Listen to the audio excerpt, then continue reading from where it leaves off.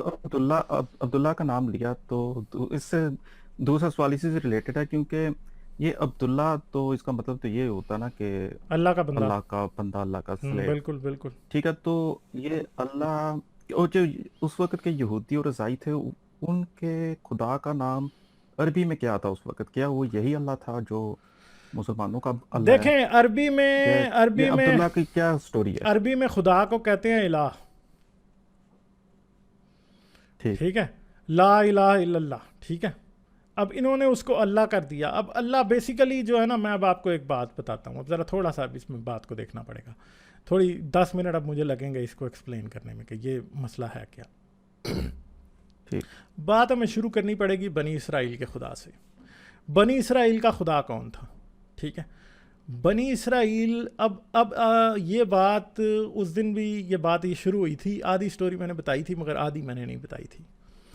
دیکھیں ابراہیم کے بارے میں یہ کہا جاتا ہے کہ ابراہیم جو تھا وہ 100 سال کا تھا، اور سارا جو تھی وہ 99 سال کی تھی کہ 90 سال کی تھی جب ان سے اسحاق پیدا ہوا. ٹھیک ہے، اب اگر آپ بائبل کو دیکھیں نا، بائبل میں 2 خدا ملتے ہیں. ٹھیک ہے، بائبل کی اگر آپ پہلی 4 کتابوں کو دیکھیں نا تو آپ کو 2 اس کی سورسز ہیں. ایک اس کی سورس ہے جس کو پریسٹلی سورس کہا جاتا ہے، یعنی وہ کوئی ربی یا کوئی پریسٹ تھا جس نے وہ لکھا تھا. وہ خدا کو الوہیم کہتا ہے. آپ اپنا نا مائک میوٹ کر دیں یا تو سوری، وہ میں پیپر تھا. چلیں کوئی نہیں، وہ آپ پیپر رکھیں آپ. ٹھیک ہے، اگر شور آپ کی طرف سے نہیں آ رہا پھر بے شک نہ کریں میوٹ. اچھا، 2 سورسز ہیں. ایک سورس جو ہے وہ خدا کو کہتی ہے یہوہ، ایک سورس خدا کو کہتی ہے الوہیم. ٹھیک ہے، موسیٰ جب پہاڑ پہ جاتا ہے اور وہ خدا سے پوچھتا ہے، بائبل میں لکھا ہے کہ میں تیرے لوگوں کو کیا بتاؤں کہ مجھے کس خدا نے بھیجا ہے. یعنی وہ خدا سے اس کا نام پوچھتا ہے کہ تیرا نام کیا ہے. تو وہ خدا اسے آگے سے کہتا ہے میں جو ہوں سو وہ میں ہوں. یعنی وہ یہ نہیں کہتا، اپنا نام نہیں بتاتا. تو وہ عبرانی میں اس کو لکھتے ہیں یہوے YHWH. ٹھیک ہے، اب گریک میں یہ اس طرح آ جاتا ہے اور انگلش میں بھی یہوے، تو اس کو وہ بنا دیتے ہیں یہوہ. ٹھیک ہے، یعنی خدا اپنا نام نہیں بتاتا. ٹھیک ہے، اب میں آپ کو ایک بات بتاتا ہوں. اگر آپ بنی اسرائیل کی کہانیاں ابراہیم کی، اسحاق کی، یعقوب کی دیکھیں تو آپ کو جگہ جگہ ایک چیز، ایک پیٹرن ریپیٹ ہوتا نظر آتا ہے. وہ کیا پیٹرن ہے کہ خدا جو ہے وہ ایک سیکشول پاور کا یا ریپروڈکٹیو پاور کا خدا ہے. یعنی ابراہیم کی سٹوری میں آپ کو یہ چیز نظر آتی ہے. اب ابراہیم کی سٹوری کیا ہے؟ ابراہیم کے 2 بیٹے تھے. ٹھیک ہے، اب مسلمان اس بات کو نہیں سمجھتے، مگر سمجھنے والی بات اب میں آپ کو بتاؤں گا کہ اصل مسئلہ کیا تھا. ابراہیم کا ایک بیٹا تھا جو اس کے اپنے ارادے اور اپنی قدرت یا اپنی کوشش کی پیداوار تھا، وہ تھا اسماعیل. ٹھیک ہے، یعنی ابراہیم اور سارا کی اولاد نہیں ہو رہی تھی، اور خدا نے کیا اور سارا نے اپنی لونڈی ہاجرہ ابراہیم کو دے دی کہ تو اس سے اولاد پیدا کر. ٹھیک ہے، اور اس نے اس سے وہ اولاد پیدا کی اور وہ کیا ہو گیا، وہ اس کا بیٹا اسماعیل پیدا ہو گیا. ٹھیک ہے، مگر پھر خدا کے فرشتے ابراہیم کے پاس آئے، اور خدا کے فرشتے جب ابراہیم کے پاس آئے تو انہوں نے کیا کیا، انہوں نے اس نے ان کی ضیافت کی، دعوت کی ان کی، انہوں نے اس کے گھر کھانا کھایا، سارا نے ان کے لیے کھانا بنایا، اور وہ پردے کے پیچھے تھی. ٹھیک ہے، اور وہ کھانا کھا رہے تھے، اور انہوں نے پھر ابراہیم کو برکت دی. انہوں نے کہا کہ ہاں تیرے ہاں ایک بیٹا ہوگا. تو ابراہیم نے آگے سے ان کو کہا کہ جی تو میرے لیے یہ دعا نہ کر کے مجھے کوئی نیا بیٹا ملے. وہ کہتا ہے کہ میرے لیے یہی کر کے جو میرا ہے وہی جیتا رہے. ٹھیک ہے، یعنی اسماعیل ہی جیتا رہے تو میرے لیے بہت بڑی بات ہے. ٹھیک ہے، یہ ابراہیم نے خدا کے فرشتے کو کہا، بلکہ خدا ہی، مطلب بائبل میں اس طرح لکھا ہے، یہ نہیں لکھا کہ خدا کا فرشتہ ہے. کرسچن کہتے ہیں کہ خدا کا فرشتہ ہے. پھر کرسچن یہ بھی کہتے ہیں کہ جو ابراہیم کے پاس آیا وہ مسیح تھا، یعنی یسوع مسیح تھا، وہ خدا تھا. ٹھیک ہے، وہ آیا تھا اس کے پاس ملنے. یعنی ایک لحاظ سے یہ بھی کہتے ہیں، اور وہ باتیں اس کے ساتھ اسی طرح کرتا ہے جیسے وہ خدا کے ساتھ بات کر رہا ہے. ٹھیک ہے، تو اچھا جی، پھر وہ کہتے ہیں کہ تیرا ایک بیٹا پیدا ہوگا سارا سے. تو وہ ہنستے ہیں، ہنستی ہے سارا اس بات پہ. اب عربی میں بھی ازحق کا مطلب ہے ہنسنا، اور اسحاق کا نام جو ہے وہ بھی ہنسنے کے اوپر ہے. ٹھیک ہے، اب ذرا اگلی بات دیکھیں. اچھا، اب خدا نے ابراہیم سے وعدہ کر لیا کہ تیرا ایک بیٹا پیدا ہوگا، اور وہ ہے وعدے کا فرزند جس کو کہتے ہیں، وہ اسحاق ہے، اور اسحاق پیدا ہوتا ہے پھر. ٹھیک ہے. اور پھر سارا جو ہے نا وہ کہتی ہے ابراہیم کو کہ لونڈی اور اس کے بیٹے کو یہاں سے نکال دے کیونکہ یہ میرے بیٹے کے ساتھ اس کی جائیداد کا وارث نہیں ہوگا. تو وہ ابراہیم کو غصہ آتا ہے, مگر جب وہ خدا سے پوچھتا ہے تو خدا کہتا ہے ہاں نکال دے, کیونکہ تیری نسل جو ہے وہ اسحاق سے ہی ہوگی, اسماعیل سے نہیں ہوگی. اور اس کی وجہ یہ نہیں ہے, جو کرسچن اور جوئش تھیولوجی کے مطابق اس کی وجہ یہ نہیں ہے کہ جی وہ لونڈی کا بیٹا تھا, یہ نہیں تھا. مسئلہ یہ ہے کہ خدا نے نام یہی کرنا تھا کہ اسحاق سے ہوگی تیری نسل. ٹھیک ہے. اچھا اب یہ بات ہو گئی. اب یہ خدا ہے بیسیکلی. اب میں آپ کو بتاتا ہوں ایک بات, یہ جتنی ابراہیم کی سٹوری ہے نا یہ اصل میں ایک لیجنڈری ٹیل ہے. ابراہیم تھا یا نہیں تھا, اگر ان کا کوئی باپ دادا ابراہیم تھا بھی تو وہ کیا تھا, وہ ایک ایسا شخص تھا جس سے یہ سٹوری منسوب تھی کہ وہ بہت بڈھا تھا تو اس کی اولاد ہو گئی. اب بنی اسرائیل جو ہے نا, ایک بات ان کے بارے میں کنفرم ہے آج کہ یہ پرانے کنانی لوگ ہی تھے. کنان وہی علاقہ ہے فلسطین کا اور اسرائیل کا علاقہ. ٹھیک ہے, یہ پرانے کنانی لوگ ہی تھے اور یہ کینانائٹ ہی تھے. اور یہ پہلے, آج آپ جب پرانی کھدائیاں کرتے ہیں آج آثار قدیمہ سے, خود اسرائیل والے ڈھونڈ رہے ہیں. ٹھیک ہے, اور ان کو یہی ملتا ہے کہ یہ پہلے جو تھے یہ مانتے تھے خدا کو. ٹھیک ہے, اور وہ خدا جو تھا وہ بال تھا, اور اس بال کی ایک بیوی بھی تھی. اور بال جو ہے وہ میسوپوٹامیہ کا وہ خدا ہے جس کو تولید, سیکشول پاور اور ریپروڈکٹیو پاور کا خدا مانا جاتا ہے. ٹھیک ہے, اب خدا کا یہ نام نہ بتانا کہ میں کون سا خدا ہوں اس میں لکھنا, کیونکہ یہ کتابیں تو بہت بعد میں لکھی گئی ہیں نا. ٹھیک ہے, یہ تو بہت بعد میں لکھی گئی تھی, پہلے تو نہیں تھی یہ. ٹھیک ہے, تو بیسیکلی ایک بات سمجھ میں آتی ہے کہ یہ جو خدا ہے بیسیکلی یہ تولید کا خدا ہے. یہ تولید کا وہی بال خدا ہے جس کو انہوں نے پہلے بنا لیا. اور ایون کہ بنی اسرائیل والے جب اس خدا کو پوجتے تھے تقریباً 7ویں سے 8ویں صدی قبل مسیح میں, تو یہ خدا ایسا تھا کہ اس کی بیوی بھی تھی, ایک اللہ کی بیوی. اور بیسیکلی اللہ کی وہ جو خدا کی بیوی تھی اس کا نام بھی یہ منات سے ملتا جلتا ہی ہے. وہ میرے ذہن میں نہیں ہے ابھی فی الحال, ایک تو میری یاداشت جو ہے نا, مجھے یہ چیزیں یاد ہونی چاہیے جو مجھے یاد نہیں ہے فی الحال. ٹھیک ہے, اچھا یہ پوچھتے تھے اس کو. پھر بعد میں جب پہلے جو بات ہے نا, یہ جتنی بھی کہانیاں وہ آتی ہیں وہ یہوہ سے متعلق آتی ہیں. پھر دوسری جو کہانیاں نظر آتی ہیں جو پریسٹلی سورس ہے, جو کہ پہلی جو کتابیں ہیں اس کی تورات کی, ان میں نظر آتی ہے. ایسا نہیں ہے کہ جی یہ پریسٹلی سورس والی جو کتابیں ہیں وہ علیحدہ ہیں اور یہوہ والی سورس والی علیحدہ. نہیں, ایک ہی چیپٹر کے اندر ہی آپ کو پتہ لگ جاتا ہے کہ یہ جو باتیں ہیں نا یہ یہوہ والے رائٹر نے کی ہیں اور یہ الوہیم والے رائٹر نے کی ہیں. ٹھیک ہے, تو الوہیم یا الہ یہ لفظ یوز کرتے تھے بنی اسرائیل خدا کے لیے, کیونکہ بنی اسرائیل جو ہے نا وہ خدا کا نام ڈائریکٹلی نہیں لیتے تھے. یہ جو ہیری پوٹر کی کہانی ہے نا جس میں وہ one that should not be named, ٹھیک ہے, یہ اصل میں جے کے رولنگ جو ہے نا بیسیکلی وہ خدا کو ہی موک کرتی ہے اس کے اندر, کہ اس نے one that who must not be named وہ اس نے ولن بنایا ہوا ہے اسٹوری کا. ٹھیک ہے, تو بیسیکلی یہ خدا کا نام نہیں لیتے تھے, خدا کے لیے کنیے اشارے استعمال کرتے تھے. ٹھیک ہے, اور یہ اس کو الہ بھی کہتے تھے. اچھا, اب جو بنی اسرائیل کا خدا جو اللہ ہے خدا, اب آپ کو ایک بات, آپ تاریخ طبری پڑھیں, آپ سورۃ ابن شام پڑھیں گے, اٹھا کے ساری چیزیں آپ دیکھیں تو آپ کو ایک چیز نظر آئے گی. جو کعبہ کا خدا ہے, مکے کا خدا جس کو یہ کہتے ہیں, ویسے میں تو یہ نہیں مانتا کہ یہ مکہ جو ہے یہ باقاعدہ یہی مکہ ہے. ٹھیک ہے, میں تو یہ مانتا ہوں کہ بکہ اور جگہ تھی جو پترا تھا, وہاں پہ محمد پیدا ہوا تھا اور وہاں سے اسلام شروع ہوا. ٹھیک ہے, میں یہ مانتا ہوں اور میرے پاس اس کے پورے ثبوت بھی ہیں. میں نے اس پہ ایک ویڈیو سیریز شروع کرنی ہے, ابھی مجھے ٹائم نہیں مل رہا, میں کروں گا اس میں, پھر آپ کو پتہ چلے گا یہ ساری بات. اچھا, اب جو تاریخ طبری ابن شام حدیثوں میں بھی لکھا ہے کہ جو کعبے کا یا جو قریش کا خدا تھا اس کا نام تھا حبل. ٹھیک ہے جی, قریش کے خدا کا نام تھا قریش کا جو دیوتا تھا نا اس کا نام تھا حبل.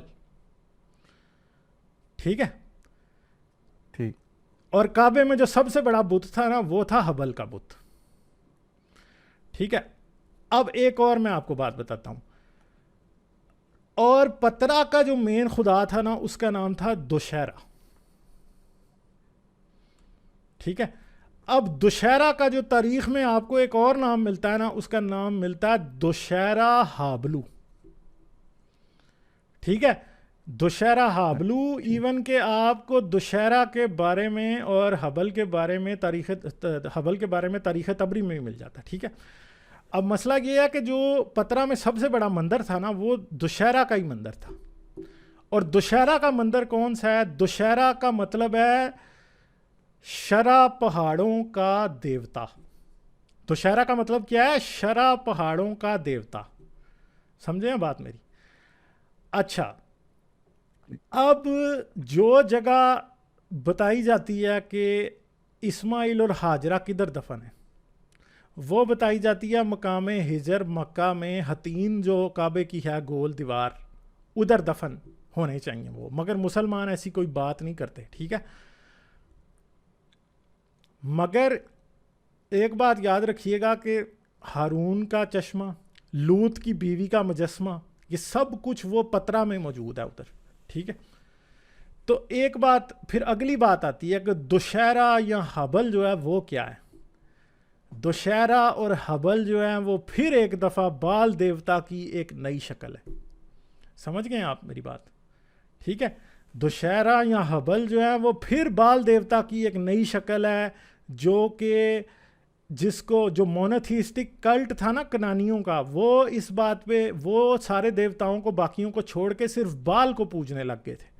ٹھیک ہے، اور بال دیوتا جو ہے وہ ان کا سب سے بڑا دیوتا بن گیا تھا. حالانکہ بال کا اس سے پہلے کوئی ذکر آپ کو کہیں نہیں ملتا تھا. ٹھیک ہے، مطلب پہلے بال کا ذکر ملتا تھا، اس کی بیوی، اس کے اور خدا. اور بال کون سا خدا ہے؟ بال وہی خدا ہے جو کہ مردوک ہے.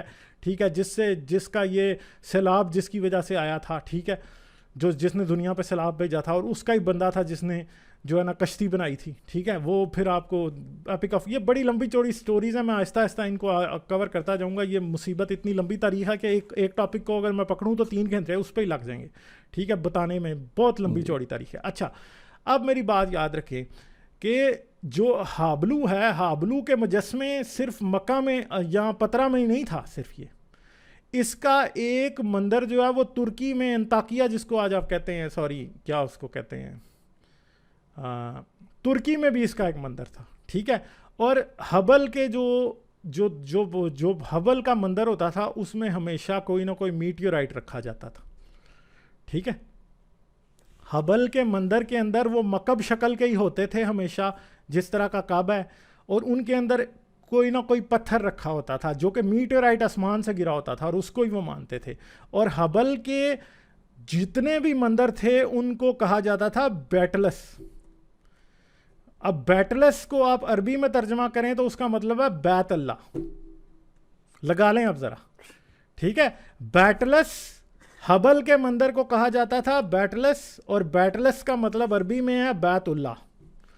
ٹھیک ہے جی، اب آپ کو میں ایک اور بات بتاتا ہوں. رومی ایک بادشاہ تھا، ایمپرر. ٹھیک ہے، 3 یا 4 صدی عیسوی کا. اس کو کہتے ہیں ہیلیو الگابلس، کیونکہ اس نے وہی ترکی میں اس نے بڑی فتوحات کی، اور ادھر وہ یہ حبل دیوتا کا پیروکار بن گیا، اور اس نے لے جا کے ایک پتھر جا کے نصب کر دیا.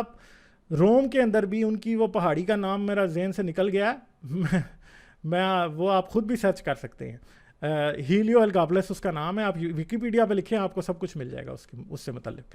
اس نے جا کے وہ ایک پہاڑ ہے روم میں، اس کے اوپر اس کا مندر بنایا، اور سب رومی دیوتاؤں سے جو الگابلس خدا ہے اس کو اوپر کر دیا. یعنی حبل جو ہے وہ سب سے اوپر اس نے کر دیا. ٹھیک ہے، حبل کا ایک مونوتھیسٹک کلٹ اس نے شروع کر دیا ہیلیو الگابلس نے. ٹھیک ہے، اور پھر کیا ہوا، اس نے اسے زیوس سے بھی اوپر کر دیا، اور اسی وجہ سے ہیلیو الگابلس کو قتل کر دیا گیا کہ یہ ہمارے مذہب سے اوپر ایک فارن ریلیجن کو لا کے اس نے کھڑا کر دیا.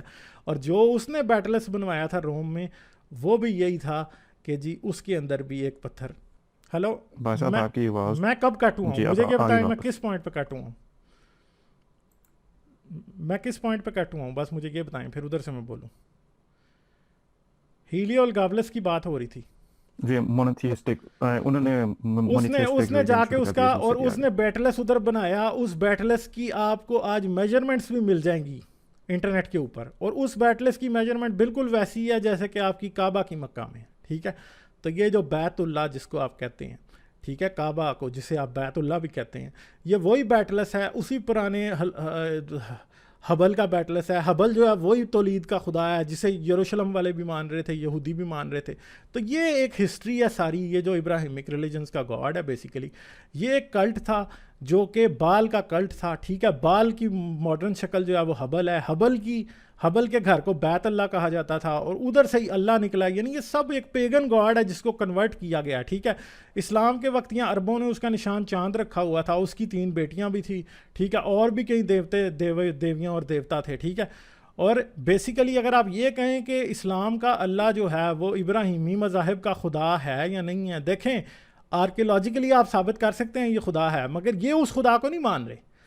جو اللہ عربوں کا اللہ ہے بیسیکلی وہ بیسیکلی اور خدا ہے, اور جو کرسچنز یا یہودیوں کا خدا ہے وہ اور خدا ہے. پھر ایک اور بھی بات یاد رکھیے گا, جو حبل کا بت یہ لے کے آئے تھے, حبل کے بت کے ہاتھ میں ایک چھڑی ہوتی تھی اور اس نے ایک لمبی سی ٹوپی پہنی ہوتی تھی. ٹھیک ہے جی, جو حبل کا بت مکہ میں یہ کہتے ہیں رکھا ہوا تھا.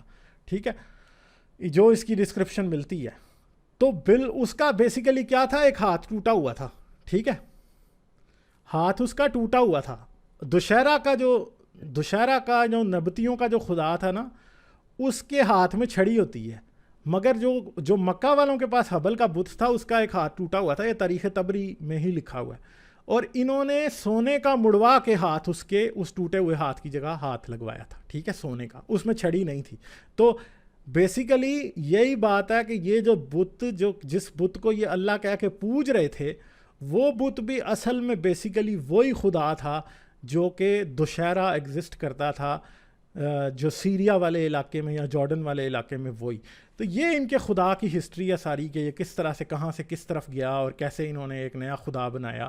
تو خدا بیسیکلی ہوتا تو ہمیشہ یہی ہے نا, نیا خدا تو کبھی ایجاد نہیں کیا جاتا. جو بھی مذہب آتا ہے وہ پرانے خدا کو توڑ مروڑ کے ایک نیا خدا بنا لیتا ہے.